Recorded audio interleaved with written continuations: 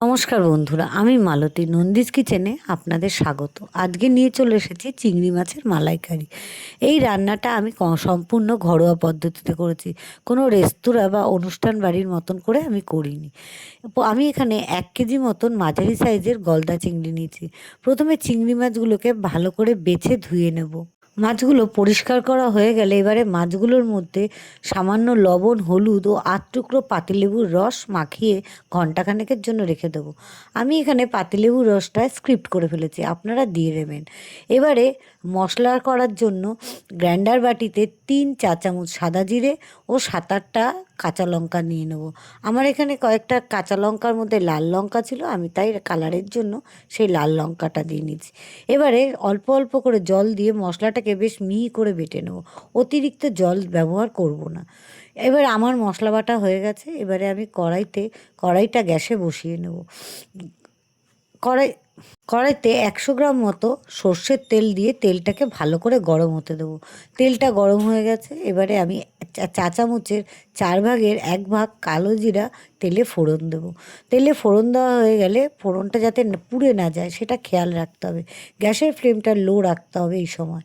এবারে মশলাগুলো দিয়ে ভালো করে স্বাদ মতন লবণ আর হলুদ দিয়ে ভালো করে কষিয়ে নেব। গ্যাসের ফ্লেমটা লো রেখেই কষাবো, কারণ আমি একটু কম তেলে রান্নাটাই বেশি পছন্দ করে থাকি। আমি একদম সাধারণ ও ঘরোয়া পদ্ধতিতে রান্না করি। তেল বেশি খাওয়া কারোর জন্যই ভালো না। ওই জন্য সেই কারণে আমি তেলটা একটু কম দিয়ে রান্না করার চেষ্টা করি। মশলাটা বেশ ভালো করে কষে গেলে যখন মশলার থেকে তেল ছেড়ে দেওয়া শুরু করবে, তখন চিংড়ি মাছগুলো একে একে দিয়ে দিতে হবে। আমার এখানে মশলাটা বেশ ভালো করে কষে গেছে। এবারে আমি চিংড়ি মাছগুলো দিয়ে দেবো। গ্যাসের ফ্লেমটা এই সময় লোই রাখতে হবে। বেশ মশলার থেকে তেল ছেড়ে দিলেই বুঝবেন মশলাটা বেশ ভালো করে কষে গেছে। চিংড়ি মাছগুলো দিয়ে দেওয়ার পর গ্যাসের ফ্লেমটা লো রেখে কড়াইটা ঢেকে দেবো, যাতে মাছটার সাথে মশলাটা বেশ ভালো করে মিশে যায় এবং চিংড়ি মাছের মধ্যে একটা হালকা জল থাকে। সেই জলটা ছেড়ে মাছটা যাতে মশলার সাথে বেশ সুন্দর করে সেদ্ধ হয়ে যায়। আমরা কিন্তু নুন হলুদ মাখানোর পর যে জলটা বাটির মধ্যে ছিল, সেই জলটা কিন্তু আমরা দেবো না এই মালাইকারির মধ্যে। শুধুমাত্র মাছটা তুলে মালাইকারির মশলাটার মধ্যে দিয়ে দেবো। এবার বেশ কড়াইটাকে ভালো করে নেড়ে চেড়ে দিয়ে মশলাগুলোকে দিয়ে ঢেকে দেবো। কড়াইয়ের ঢাকনাটা ঢেকে দেবো। এইভাবেই গ্যাসের ফ্লেমটা লো রেখে বেশ মিনিট 5-7 মতো মাছগুলোকে মশলার সাথে কষিয়ে নেব। আমার মশলার সাথে কষানো হয়ে গেছে। তারপরে উপর থেকে বেশ 4-5টা কাঁচা লঙ্কা ছিটিয়ে দেবো।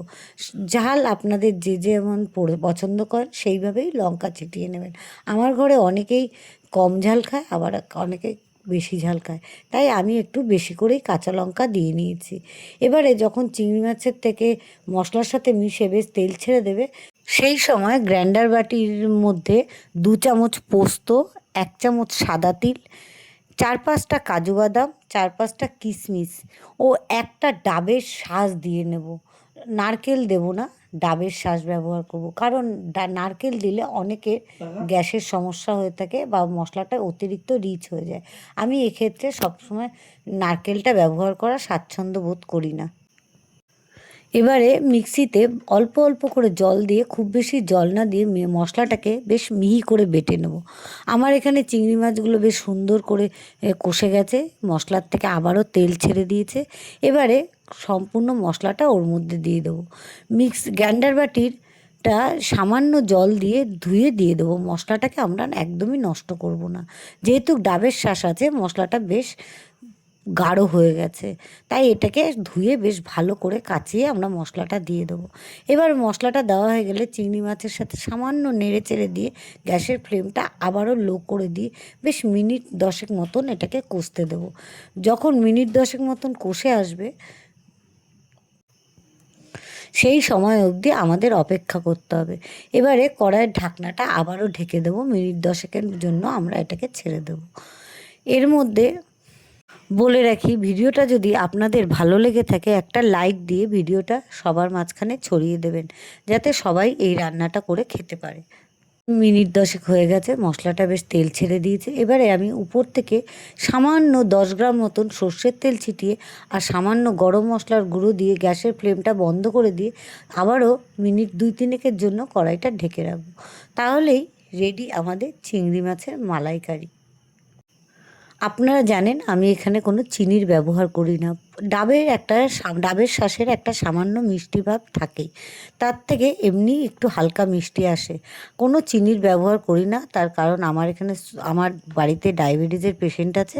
আমি চিনি খাওয়াটা রান্নায় খুব একটা পছন্দ করি না। ভিডিওটা যদি ভালো লেগে থাকে অবশ্যই একটা সাবস্ক্রাইব অবশ্যই করবেন।